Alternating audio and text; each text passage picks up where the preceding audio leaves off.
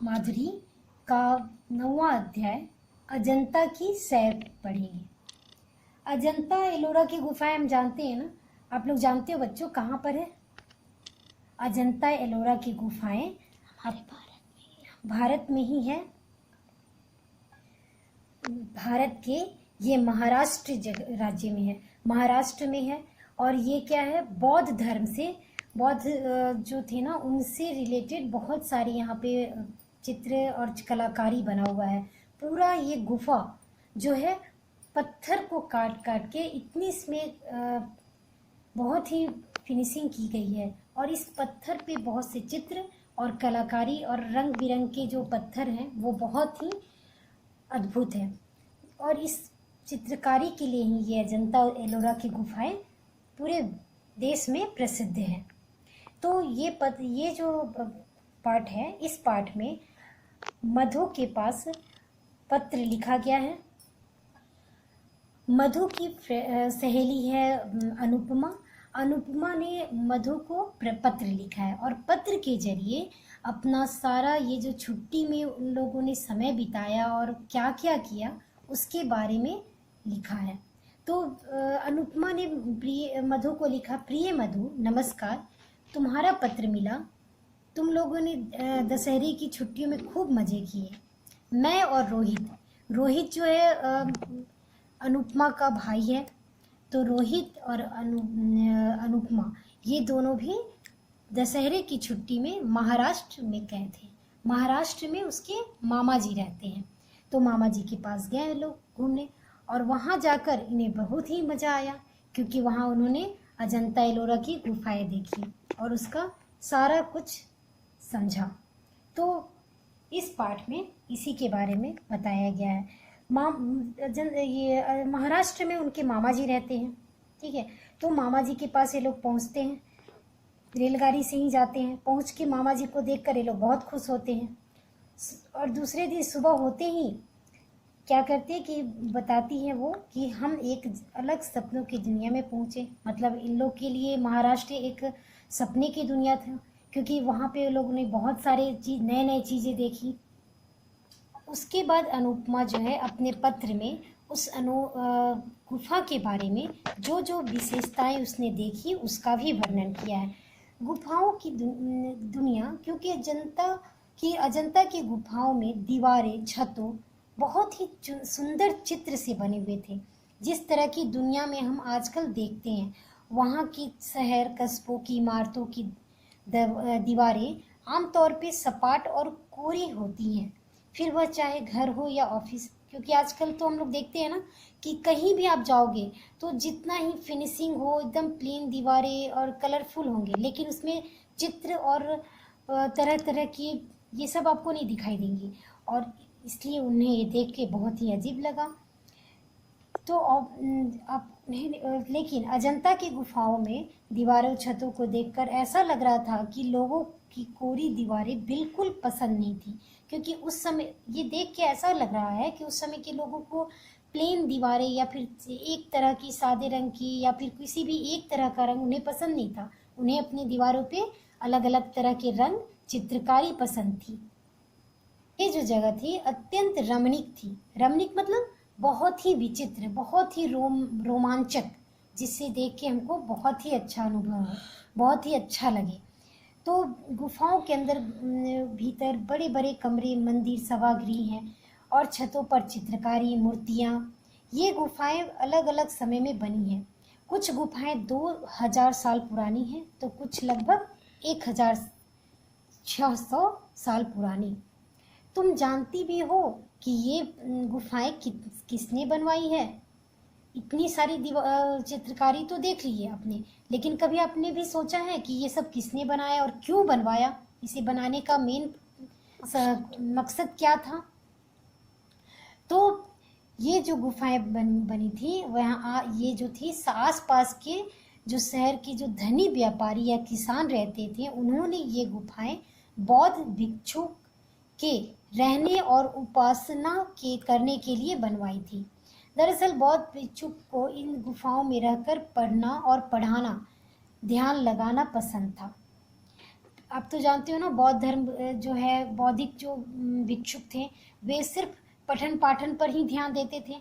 उन्हें कुछ और पसंद नहीं था, जैसे खेलना कूदना ये सब नहीं। उन्हें जितना हो सके ज्ञान की बातें प्रचार करना ये सब ही पसंद था। तो उनकी खुशी के लिए ये शहर के जो धार्मिक व्यक्ति थे, उन्होंने धार्मिक और जो पैसे वाले व्यक्ति थे, उन्हें ये दान के रूप में ये सब दे के उन्हें खुश करते थे।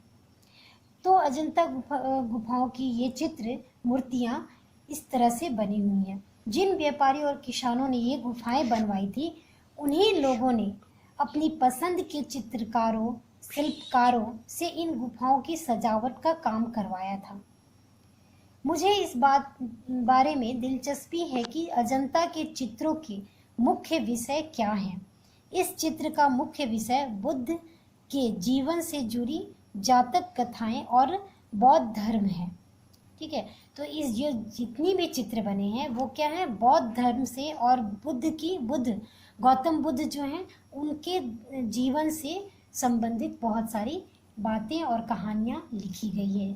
अनुपमा अपनी सहेली को ये भी बताती है कि ये चित्र जो है बनाने वाले को अपने आसपास के जीवन को सजीव रूप देना पसंद था। सजीव रूप मतलब कोई भी जो चित्र थी और कोई भी जो वहाँ की कलाकारी थी, वो सब देखने से ऐसा लगता था मानो कि वो जीवंत रूप है। मतलब देख के लगता था कि वो एकदम सजीव चित्रण किया हुआ है, देखते साथ सब कुछ समझ में आ जाए और सब कुछ आदमी उसको पढ़ सके, उस चित्र के जरिए बहुत कुछ समझ सके, पढ़ सके। इसलिए चित्र में क्या था, जंगल, जानवर, लोग, राजा रानी आदि को बखूबी चित्रित किया गया था। अजंता के चित्रों को देखकर एक और बात पता चलती है कि वह यह है कि उन दिनों लोग अपने जीवन व उसकी बातों से बहुत लगाव रखते थे। इसका मतलब है कि जैसे आपको जो पसंद है या फिर आप जो चाहते हैं उसी को उस कलाकारी में सजीव रूप में चित्रित किया गया है। जैसे आप उस समय क्या पसंद था, संगीत, नृत्य, ये सब पसंद था, पठन पाठन, धार्मिक ग्रंथ, ये सब पसंद था। तो ये सब का चित्रण उस चित्र में किया गया है। लोग लंबी और पतली आंखों को सुंदर मानते थे। उस समय के लोग क्या था कि चित्र में या फिर सजीव रूप में आदमी का जो लंबी आंखें, पतली आंखें थी, उसे वो अच्छा मानते थे, उसको मतलब बहुत अच्छा मान के चलते थे। इसलिए चित्र में भी उसका चित्रण किया गया है। वहाँ जितने भी चित्र बने हैं उसमें आँखों का जो बनावट है इसी तरीके से किया गया है, जिससे पता चलता है कि उन्हें ये पसंद है और उसे अच्छा मानते थे। रहन सहन, पहनावे, हाव भाव आदि का भी वे इसमें बताते हैं। रोहित ने बताया अजंता में बने चित्र के रंग खनिज से बने हैं। आजकल हम लोग रंग का कैसा प्रयोग करते हैं, अलग अलग तरीके का रंग लेते हैं और उसे चित्रण करते हैं, लेकिन अजंता एलोरा की गुफाओं में जो चित्र बना है उसमें खनिज का रंग है, मतलब खनिज के रंग बने हैं, जिससे कि वो क्या है, इतने सालों के बाद भी अभी तक लगता है कि अभी कुछ ही समय पहले के बने हुए हैं, क्योंकि उसका कलर जो है, उसका रंग जो है वो कभी खराब नहीं होता। और ये केमिकल वाला तो है नहीं कि जल्दी से वो हवा के साथ या फिर धूप के साथ वो खराब हो जाए या फिर वो झड़ जाए, ऐसा भी नहीं था। तो चित्रों में लाल रंग के लिए गेरू, पीले रंग के लिए प्योड़ी मतलब पीला पत्थर, सफ़ेद रंग के लिए नीले रंग का प्रयोग करते थे। और इन सारे रंगों को वे क्या करते थे, गोंद में मिलाकर और तब इसे उस चित्र पर लगाते थे, जिससे कि क्या होता था, वो जो रंग था वो हमेशा के लिए वो स्थायी हो जाता था, कभी भी वो रंग खराब नहीं होता था। और यही कारण है कि आज तक वे सारे रंग जो हैं प्राकृतिक की तरह लगते हैं और इतने पुराने नहीं लगते जितना कि ये पहले बनाया जा चुका है। ठीक है, इस तरह से जैसे नीले रंग के लिए लेपीज लजूली पत्थर, ये जो रंग था ये पत्थर से मिलता था और ये पत्थर जो था अफगानिस्तान से मंगवाया जाता था और तब इससे रंग तैयार किया जाता था। और हरे रंग के लिए ग्लूकोनाइट नामक पत्थर, जो कि वहाँ आसपास के पहाड़ों पर मिल जाता था। और फिर आपको जो बहुत सारे रंग के लिए पेड़ पौधों का भी उपयोग किया गया, जैसे आपको होठों के लिए तो लाल रंग का है, तो लाल रंग के लिए वो क्या करते थे कि पौधों के पत्तों फूलों उससे अर्क बना के और तब उससे रंग तैयार करते थे। और इस तरह से हर चीज का, हर सारे रंगों का प्रयोग जो था प्राकृतिक चीजों से किया गया है। जितनी भी प्राकृतिक चीज थी उनका उपयोग करके और तब सारे रंग का तैयार किया गया है। इसलिए ये सारे पत्थर एकदम जीवंत लगते हैं, लगता है कि एकदम अभी ही बने हैं और कभी भी इसका रंग भी खराब नहीं हुआ है। इस तरह से जितने भी चित्र बने वहाँ पर अजंता एलोरा गुफाएं में जितने भी चित्र हैं वे सब अलग अलग तरह के हैं, जैसे जंगल के, जानवर के, आदमी के, ये सारे के हैं।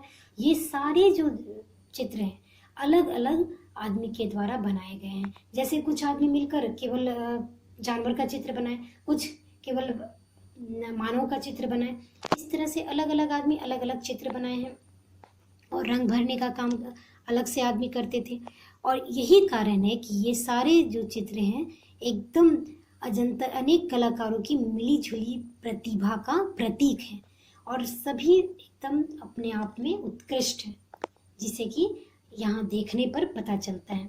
तो अजंता के चित्र ने कलाकारी हम सभी का मन मोह लिया। ये सारी बातें अनुपमा अपनी सहेली मधु को बताती है कि हम लोगों ने क्या क्या देखा, उसमें क्या क्या विशेषता है। ठीक है, तो इस तरह से दोनों सहेलियां आपस में बात करके अपने अपने जो अनुभव को शेयर करती हैं लोग। तो बच्चों, इस तरह से अजंता की सैर ये पाठ हमारा समाप्त होता है। अगले हम इसके प्रश्न उत्तर पूरा करेंगे। ठीक है बच्चों, अगर आपको ये वीडियो पसंद आया तो लाइक करें, शेयर करें और सब्सक्राइब जरूर करें। धन्यवाद बच्चों।